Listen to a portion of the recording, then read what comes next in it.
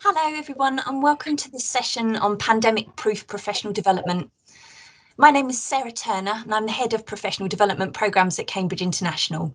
My team and I manage the Cambridge Professional Development Qualifications, or PDQs, and today we'd like to focus on our PDQ syllabus in teaching with digital technologies. This is a Cambridge qualification for teachers that encourages the effective use of digital technologies to support learning and teaching. The pandemic has prompted us to think about digital technologies in different ways, and this is a chance for us to chat with two experts in the field to understand the opportunities and the challenges that this will continue to present. I'm joined by Jennifer Johnson from Karachi Grammar School in Pakistan. Jennifer is a full-time literature teacher and the programme leader for the Cambridge PDQ in teaching with digital technologies. Jennifer has continued to teach throughout the pandemic, delivering online learning to her literature students and to the teacher colleagues who follow her PDQ programme. Carlos Ortiz Martinez is the Principal Examiner for the Cambridge PDQ in teaching digital technologies, and he also is a teacher of special needs and Spanish as a foreign language. Thank you both so much for joining us today. It's lovely to see you and to have the opportunity to talk this important aspect through. So, firstly, I'd like to think about the positives, and there have been some, about the learning opportunities that the pandemic has provided us with. I'm kind of thinking from both of your perspectives, as you're both teachers and those that deliver professional development. What opportunities have there been for both learners and teachers then? And Jennifer, I'll come to you first. Thank you so much, Sarah, for the generous introduction. It's good to see you. So since we're talking about the pandemic and education within the pandemic, needless to say that these have been extremely challenging and extraordinary circumstances for all of us. So there's just not something that is to an individual. And given this pandemic, I feel that everyone, be it the teaching and learning community, be it the students, the teachers, the support staff, everyone sort of rose to the occasion and made sure that school continued. So quite a lot of key skills were developed. So if I were to name a few in terms of, I feel that the teachers' IT skills and their digital skills, and since, I have been doing the digital PDQ, teaching with digital technologies, PDQ with Cambridge for the past 4 years, the learning in this year has been more than all 4 years combined. And also the scope, because earlier it was only restricted to the candidates who were enrolled in the course. But here, because COVID did not give any time, there were no teasers, there were no trailers. You were just pushed into the film and asked to act, if that's the right analogy for this. So I think the teachers in a very short frame of time had to develop how to video conference, how to do that effectively, some IT skills, their assessments, their normal teaching and learning. So various IT skills were developed for the teachers. Needless to say, also for the students, because they were being applied for the students. Alongside that, I feel that if you have that kind of an approach, that when the going gets tough, the tough get going, that sort of an approach, and you're not giving up and you're not backing down, then I would say many essential soft skills like multitasking, time management, stress management, and their ability to be resilient and bounce back to the normal. Definitely. Thank you. Yeah, there's some really key things there, I think. And sometimes we're so busy struggling that we haven't yet had the opportunity to pause and think about those benefits that have come out of it. Carlos, what about for you? Yes, very, very, very interesting. Thank you very much for being here, Jennifer. We receive a lot of portfolios from your school, and finally we can put a face. I can put a face to this person that is the program leader in there, and just say congratulations, because the candidates and the portfolios we've been receiving have been improving very, very significantly. So it's a good job that you're doing in there. If we look back to the portfolios a couple of years ago, we were lucky if we got candidates that were able to use a variety or a range of different technologies.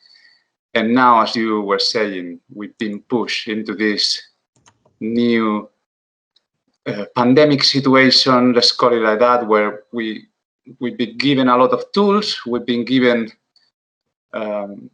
this new environment, this new teaching environment that is all online. And there was no much training for it or no much support, and teachers have done a great job. And when you see the portfolios now, and you see the people that are 30% of the last batch I received was a distinction, with teachers that are using a range of technologies, and they are using them in such a different, creative and varied manners. It's really, really encouraging, and I feel very happy to be to have the privilege to look at the practice of those teachers so far away, and they're doing in difficult conditions such a great job. And as you were saying, being resilient, being independent learners, being researchers.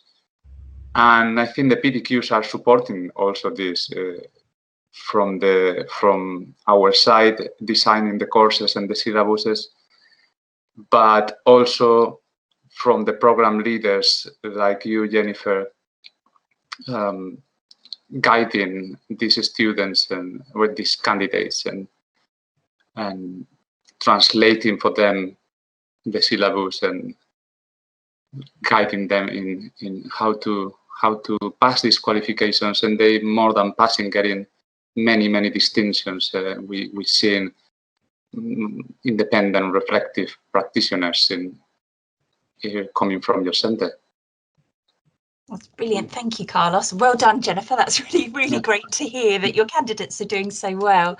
And as you were talking then, I was just reflecting on the fact that, you know, we've always said with the digital technologies PDQ that it wasn't just about using the digital technologies, it was about how they were used to underpin really effective learning and teaching in the classroom.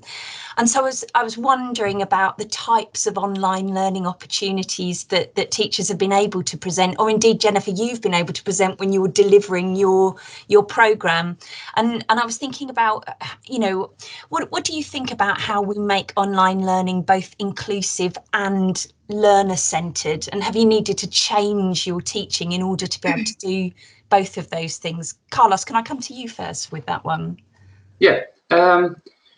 Well, obviously, as I was saying, as you were saying, this process of including digital technologies, it needs to be embedded into a pedagogic program, into a sequence, not just using lots of tools without making sense of them, obviously.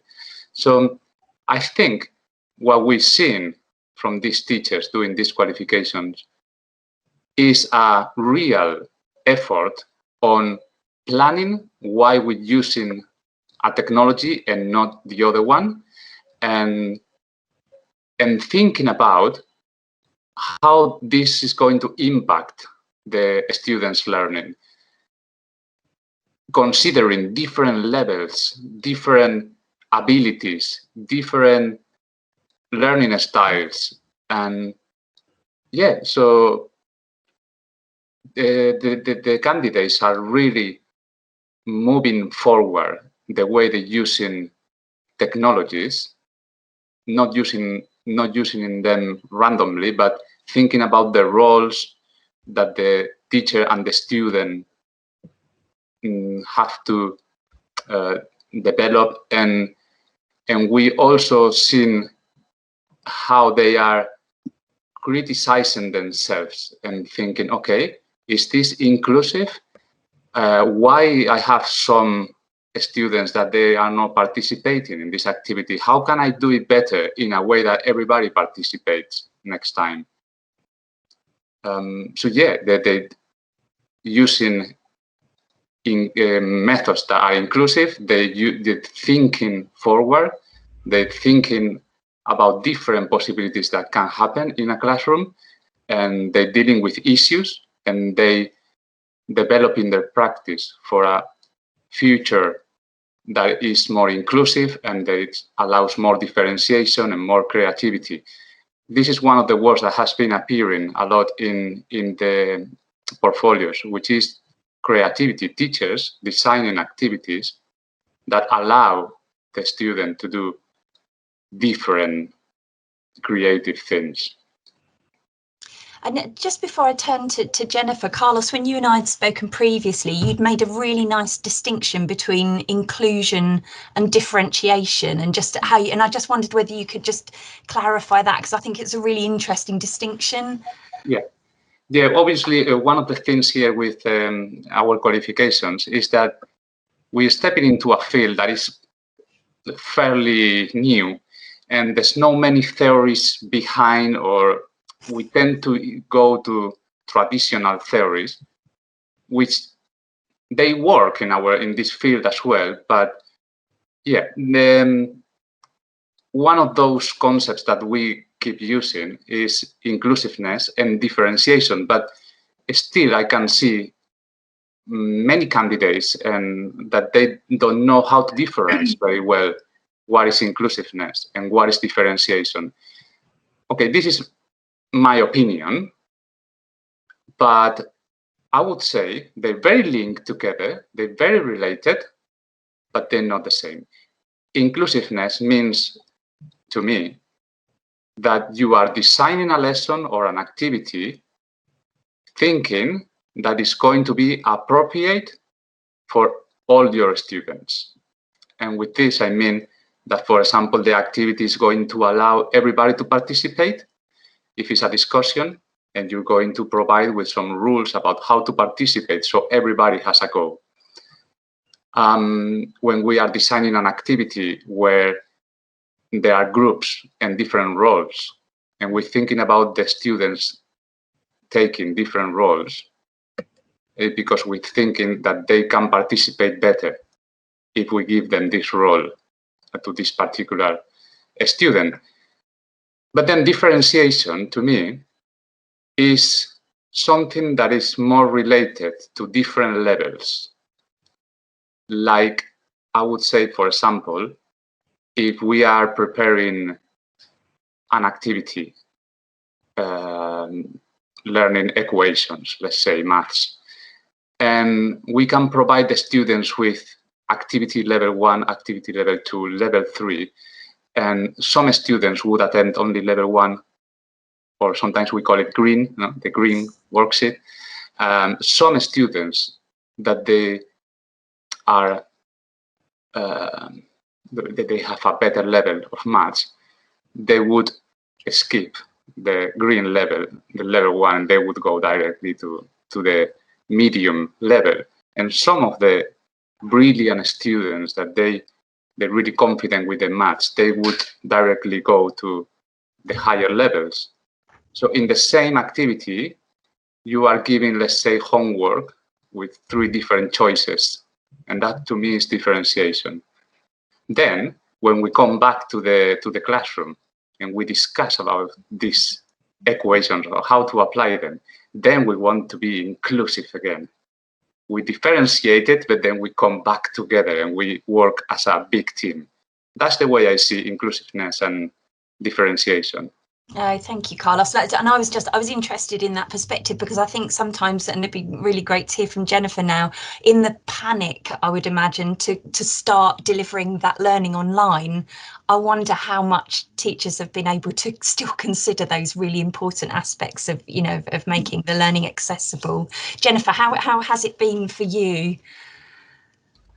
So I was really enjoying listening to Carlos's perspective on differentiation and inclusion. It's a little different from mine, and so it was quite an interesting and very enlightening dialogue for me. And Carlos, again, thanks so much for your praise and your appreciation. I think my candidates will be jumping with joy after they hear that, and it's good to see you in person as well. So thanks for the generous compliments.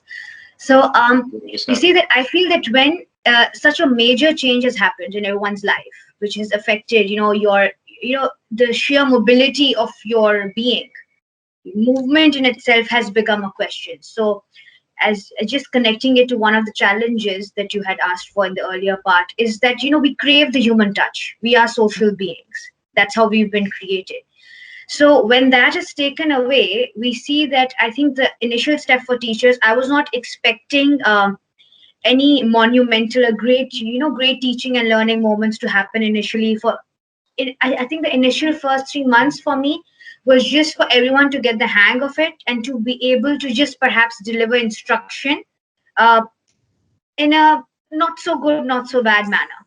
Didn't have to be excellent. But I feel that because teachers they are so devoted towards their profession and they want to be better, and they, so it didn't take them that long after they had, and I'm talking about teachers, senior teachers who've been teaching for like 25 years, 30 years, art teachers with whom, they would just have their, their board there, and they would keep drawing their canvases there, and they would have that thing going on. So everyone, as Carlos very correctly mentioned, came up and devised creative and original and innovative ways to do whatever it was that they were doing. Once that was done, you deliver a good lesson, you're trying to be a bit more creative, you're experimenting, you're trying to bring DT in. Now, how will you make them more inclusive, right? So, as Carlos spoke about differentiation in terms of levels, I have always taken differentiation in terms of abilities. So Sarah's a visual learner, Jennifer is an an auditory learner, and Carlos is a kinesthetic learner. And I can't do much for a kinesthetic learner, from afar, but maybe I can give him a project to sort of build and come and that sort of speak. So Yeah, absolutely. I don't know, we're losing the sound. So, yes. That's it. I think we're back. Sorry, Jennifer, we lost you a bit there. Carry on. Okay, yeah. So you differentiate ability wise, and then you sort of come together and become more inclusive. And before that, it is very important for the school. To have an in-house CPD schedule, a CPD team, so that they're facilitating the teachers. So you see, when this was going on, it's easier said than done now, but now because the PDQs have sort of inculcated reflection in us, we're always reflecting, we're trying to do better. We started off with Google Meet because, we were on Google. Then we went on to Zoom. We tried Teams for a while, and then, so we were at it. Every time we tried a software, we were training the teachers for a week how to use that interface, because essentially they're doing the same thing. But even with the change in the interface or some functions, the teachers become, disoriented because lack of familiarity. And before going into a class, you're a sculptor, right? You have to take your tools. And if you're not comfortable and familiar with your tools, what will you carve? So that's why professional development is key. You have to be facilitating your teachers. Yes, they suddenly went in and they started to act, but your direction is really important. So teaching them how to use the Padlet, various DTs that we've been using for inclusion and collaborative learning, like the Padlet, which was also introduced to us during the PDQs, when we were doing our courses and so on and so forth. Google Docs, teachers really like Google Docs, Google Sheets, Google Slides. There are various ways. So we have to engage in training teachers and then make a community. Experienced practitioners who did the PDQs earlier, who are a little better with technology, make them have some breakout sessions where teachers also get to become students. Experienced practitioners and senior leaders train, and then experienced practitioners learn from other experienced practitioners. So it's a whole cycle where you're training the teacher is training the student is giving feedback to the school, and we have to be at it. We cannot miss one step of the process, otherwise it will be incomplete. I think you're very, very spot on what you're saying, Jennifer. There's a couple of points I'd like to highlight from what you're saying that I totally agree as well. And one of them is we working in the syllabus, and you and the teachers, they're working in cycles, spirals of learning.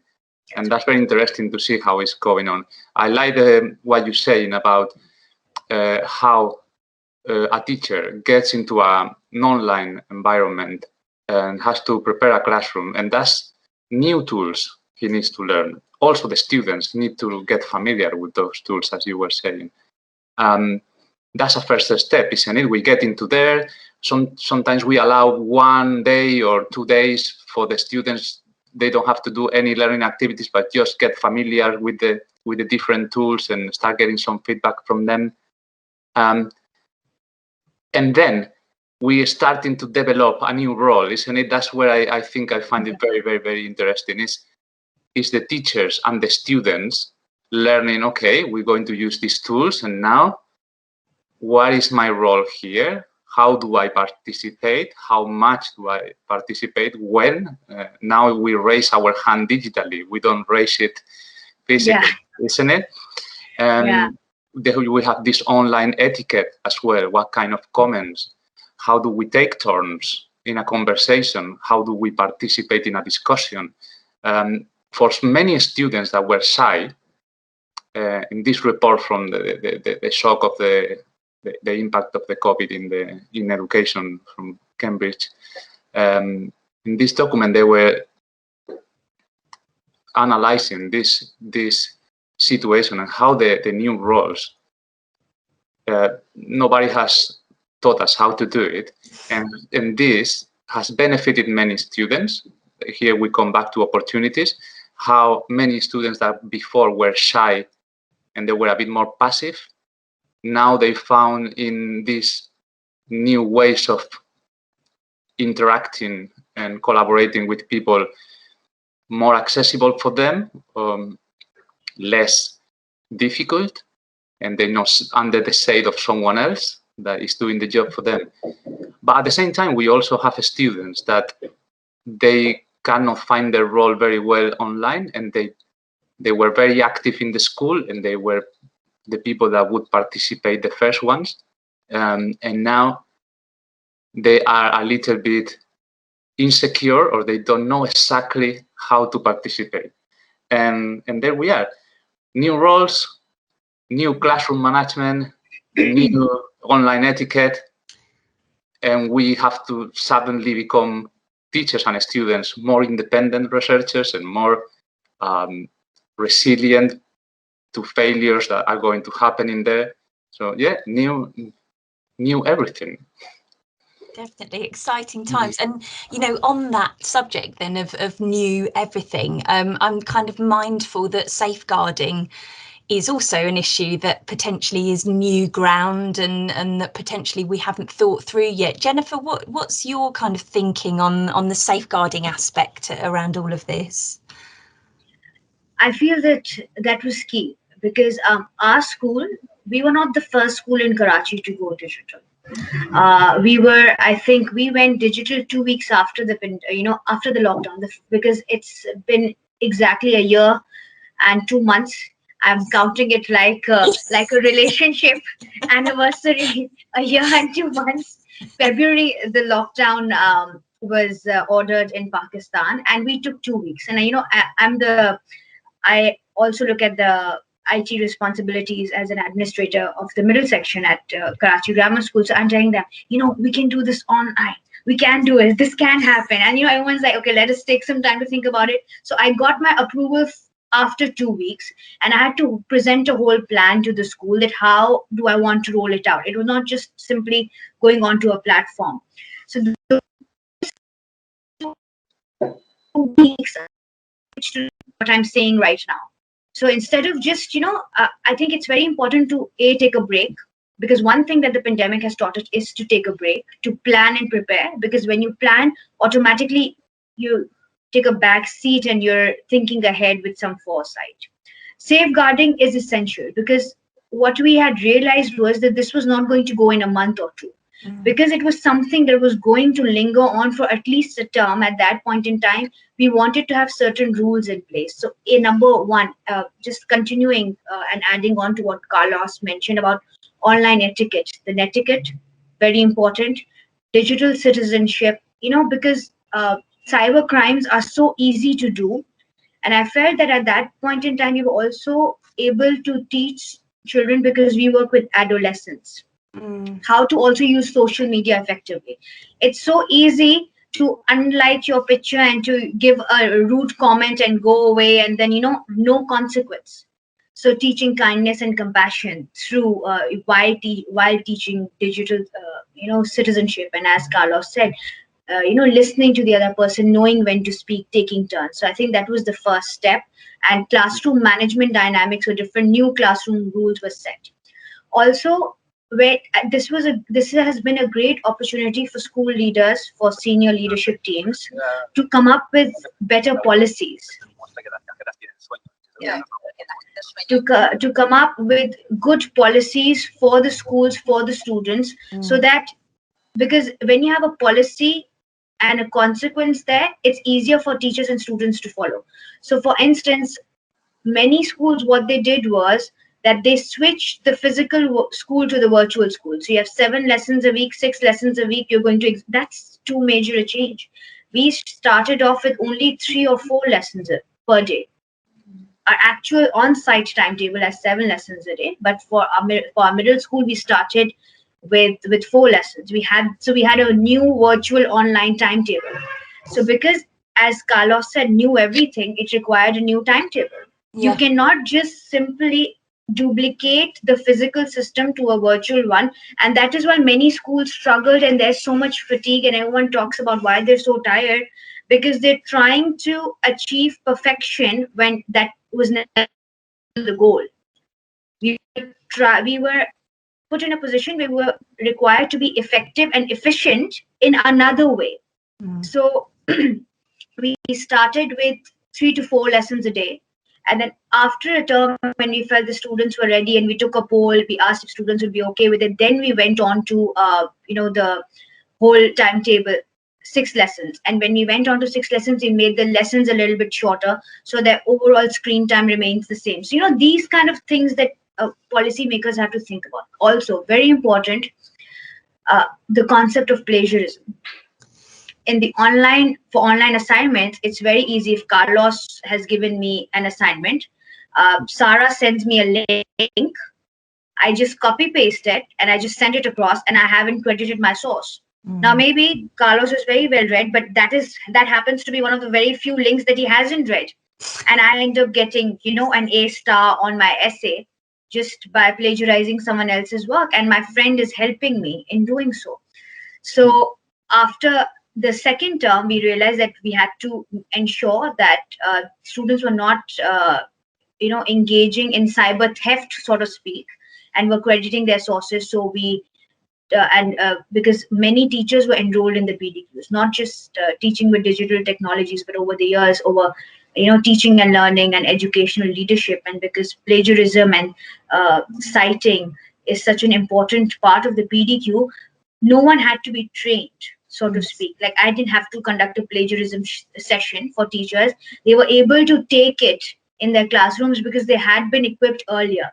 So our skills developed earlier also came in handy now, even when it was not planned.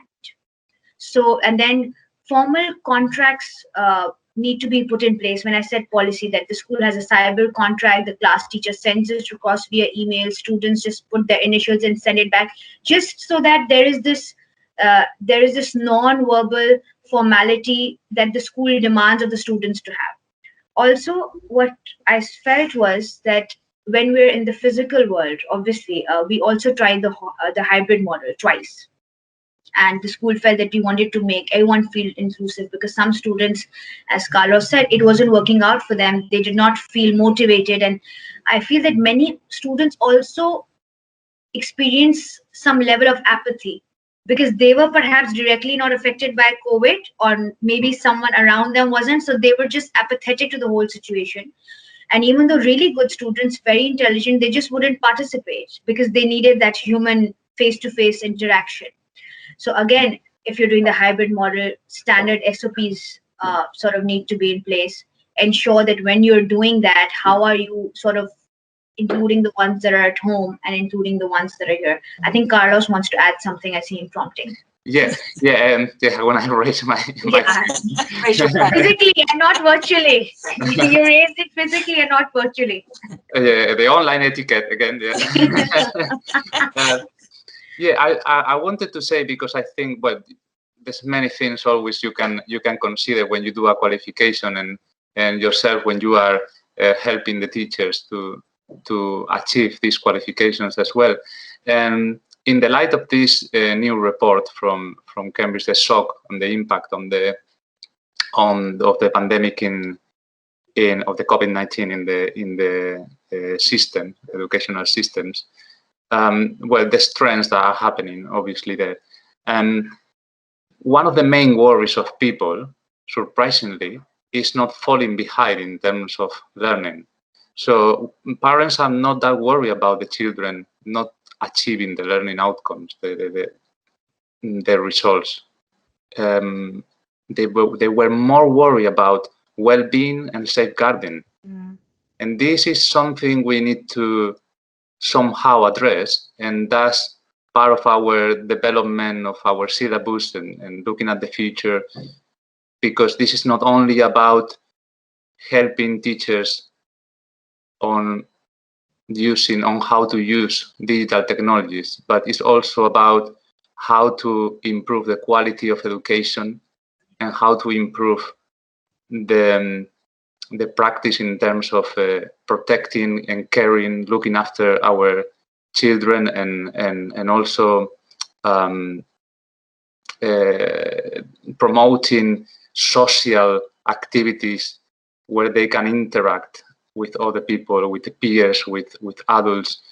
And yeah, this is a very tricky moment where we need to have a vision of how we're going to improve in these areas. Let's see what happens after the pandemic, how much of these new skills are going to be there or useful, or we need to vision how it's going to be in the next few years and try to help with these qualifications and these trainings to give as many skills as possible, so teachers are not facing these new environments in a vulnerable position. So they're more equipped and they have different techniques, methods, and principles, methodologies that they're using to address different things in terms of learning, in terms of socializing, in terms of caring and protecting our students. So lots of things to consider for the future. Absolutely. And I think, it's interesting, I think, as well, as you say, kind of building on what you've covered there, Carlos, it will be the retention of the things that we have gained during this period, in the fact that many students and teachers have become so much more resilient and so much more independent in a way that they've had to be when they're at home studying than if they'd been in a classroom environment with a teacher in front of them or with immediate access to a programme leader. Jennifer, I wonder whether you've seen that potentially with your candidates as well, because it's made us have to be more resourceful and more resilient. So, for me as well, it's about how we keep that going. How do we harness those things and build them back into whatever the new normal becomes? So, right, I'd just like to kind of move us then sort of back to the PDQ more formally. And Jennifer, really my question for you is, in delivering and continuing to deliver your PDQ in teaching with digital technologies, what's been the impact to you as the programme leader, the impact to your candidates, whether those are good or bad? How has it been for you delivering professional development over this period? I think my reflection, my learning has been exponential learning for me as a program leader, because I still remember initially when COVID had hit, there was this discussion on our forum. I think someone from China was asking, can we deliver them online? We're in the middle of it, and so on and so forth. And at that point in time, what occurred to me is that it would be a real shame that the digital PDQ does not get to go online, because that's in the very name of the qualification. And by the time I got the opportunity to ask you, I think we had seen that this is here to stay. So we had to think about converting it into a hybrid or an online format, so to speak. So I felt that for me, in terms of content, in terms of sharing resources, in terms of delivery, in terms of achieving all the LOs that have been put in the Cambridge syllabus for my module, that for me was not a challenge. I mean, it would have been a challenge in the same way that it would have been in the physical world, that we're doing this for the first time, it's the new syllabus and so on and so forth. But the lack of face-to-face contact was not a challenge for me. I would have delivered it in the same way as I would have delivered it if I were to meet them every week in school. So that aspect for me was not the challenge in terms of delivering the content, being available to them, answering their queries, and so on and so forth.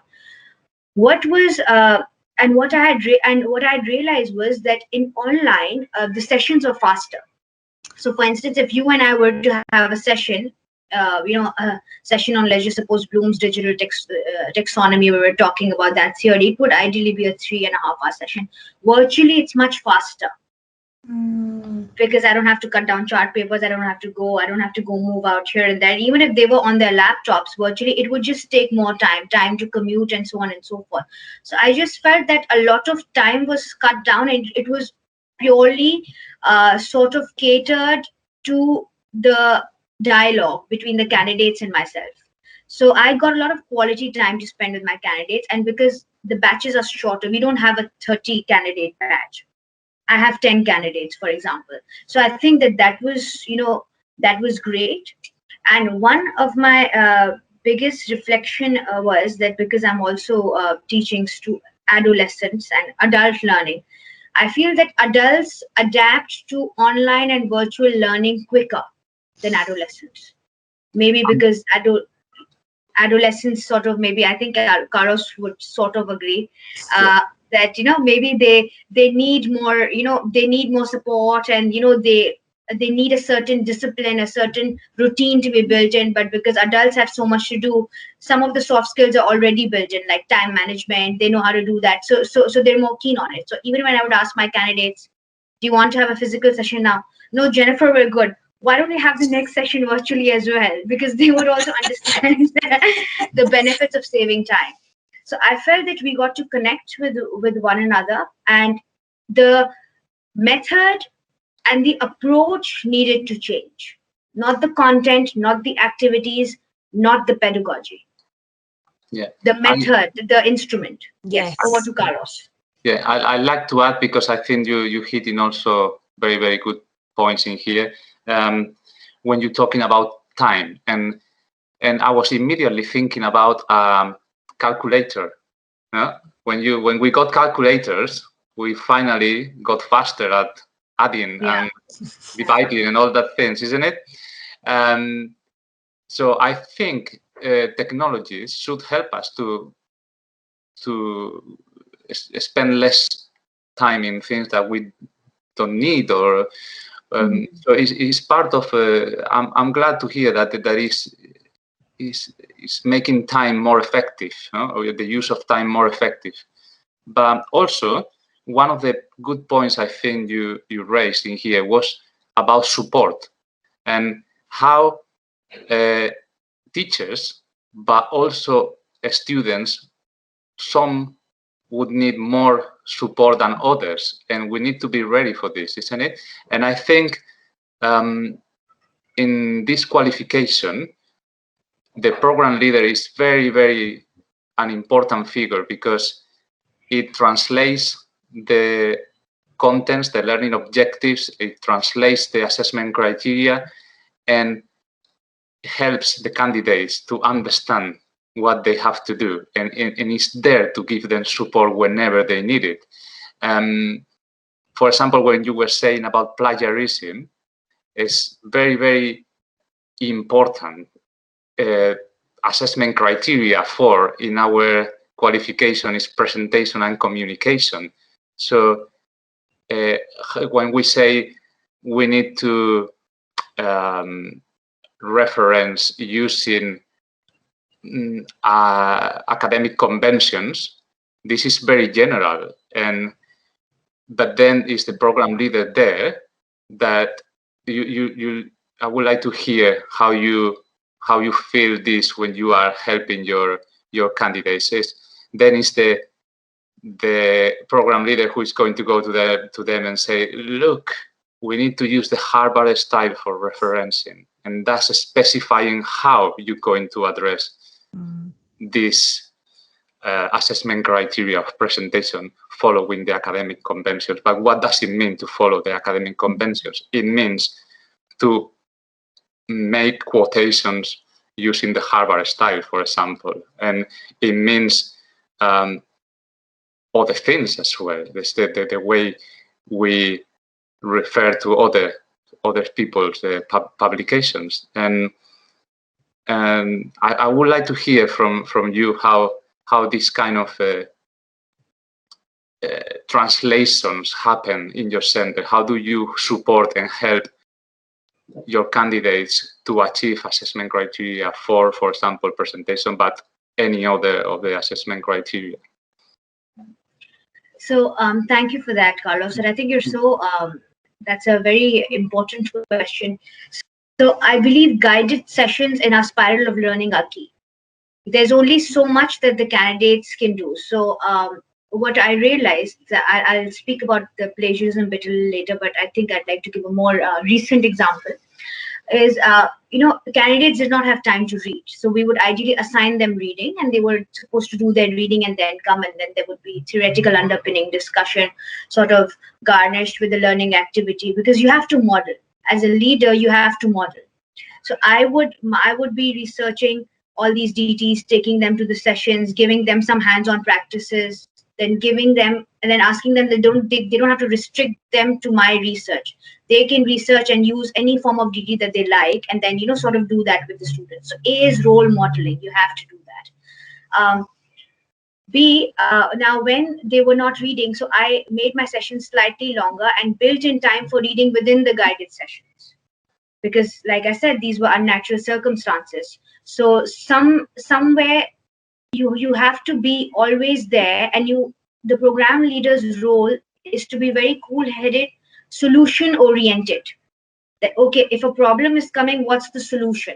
If someone is not able to give their best shot, why is it that they can't do it, and what is it that we can do as a school to support them? So I think that is very important, being professional, being empathetic. Like you said about plagiarism, whenever we start the PDQ in the first month, we have this whole course on reflective and academic writing, where we take them through what is the difference between reflective writing, academic writing, and the Cambridge resources on Jenny Moon is something. So it's a 3-hour session where they come, and this time it was obviously virtually, and they go through Jenny Moon, they go through Gibbs, the reflective cycles, Kolb, and all of that. And then during that day, the first time it was being introduced, because many of them have not cited anything in 10-15 years, since their dissertation or something of that sort, since they were students. So that revision of academic writing and how to cite was very, very important, because ultimately, even when candidates write their essays, they struggle with in-text referencing still. They still say, I have written my essay, but I have in-text referencing left. Can you still give me a week to put them, to put my in-text in, to put my quotes in? So I think you have to take everyone together. So at the very beginning of the PDQ, we do a whole session on the writing demands, reflective writing, academic writing, citation, and plagiarism. And we've subscribed to Turnitin as well as a plagiarism check, which I use and which we use as a school to ensure that they are not plagiarizing, and so on and so forth. And after that, when candidates are struggling, they have their mentors also in place. Mentorship that builds that codependence amongst colleagues, when the mentor is helping out the mentee, and you just have to make sure that whenever a candidate or a mentor, anyone on your team needs them, you're there with a solution. Yeah, brilliant. Yeah, fabulous. And I would like just to highlight, because one of the biggest pleasures of reading the last portfolios of the candidates from your center, but also from other centers, is how I think candidates and program leaders have become themselves reflective practitioners, and they have embraced this assessment criteria 2 and 3 especially, where we're talking about reflective evaluation, when we're talking about using a range of sources of information and feedbacks to develop your practice, and also assessment criteria 1, the critical evaluation of limitations. So it's not only we read in a book, it's that we are discussing about that book, and we say this theory may not work that well in my context. So it's not everything positive about what we read. And this really surprised me to see how they have become so critical, and they apply concepts to their own context, and they sometimes highlight more the positives. There's something we do, I think, in education a lot, is that we tend to focus more on the positives, probably because we are positive people and we try to help, and we always see the glass half full and not half empty.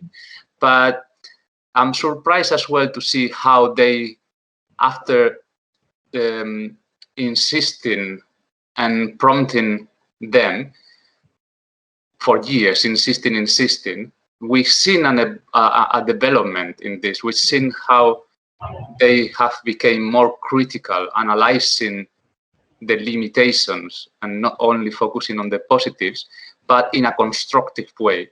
So we can know what are going to be the conditions of how to apply this in a situation, but also looking at the future development of your professional career, but also as a helping to develop education. Lovely, thank you. I'm just going to stop us now. We're kind of in the final minutes, unfortunately, of our conversation now.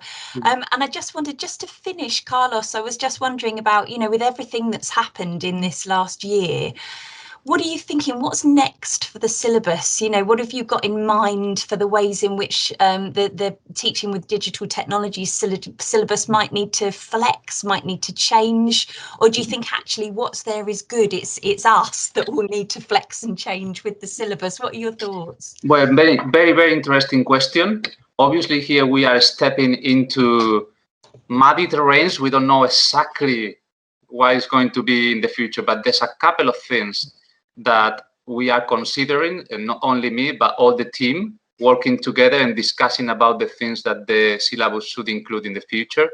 We're starting to think about those difficult things to include, like safeguarding, well-being, social interactions. How can we give a push to this so it's part of the syllabus as well, but also about making more clear what is 21st century skills and which ones of them are going to be key in the future, in the next 10, 15 years, because we always working, what we're doing now has an impact in what happens in 10 years, isn't it, in real, in the real world, and what in the world of education, but also about what it means, concepts that are a bit difficult at the moment in digital technologies, like blended learning, because we have many misconceptions at the moment, which is totally understandable. And people think that blended learning is mixing anything. Because it's blended.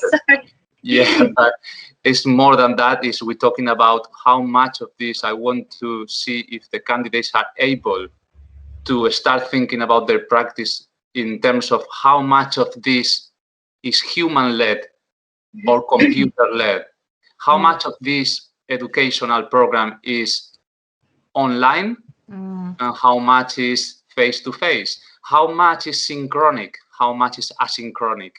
Homework is asynchronic. I've seen some candidates talking about asynchronicity, which is a very, very interesting concept, isn't it? So we have to start including more of these concepts, and we're going to need new, we're going to have to prepare new lists of resources and references to use, so we can provide with all these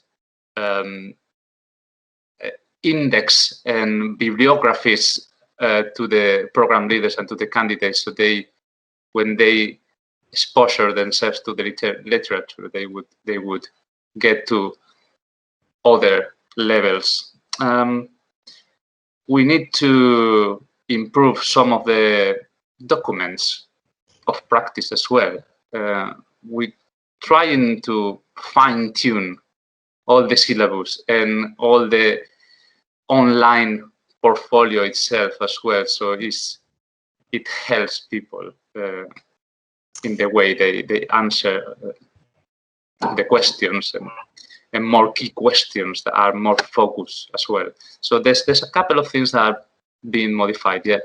No, it's great. And you know, as the PDQ team in Cambridge as well, Jennifer, we very much hope to do that with our key programme leaders, who will undoubtedly have a view and an experience to share in terms of how we take the syllabus forward. So thank you so much for your time. It's been so interesting to chat to you both, and really to kind of think about this, which will resonate, I think, with lots of people out there, not just PDQ programme leaders and candidates, but just teachers who are teaching in this new way at the moment. So Jennifer, Carlos, thank you so much for your time. I'm really grateful. And I'll catch up with you soon, I'm sure.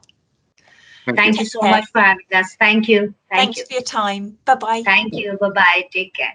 Bye. Nice to meet you.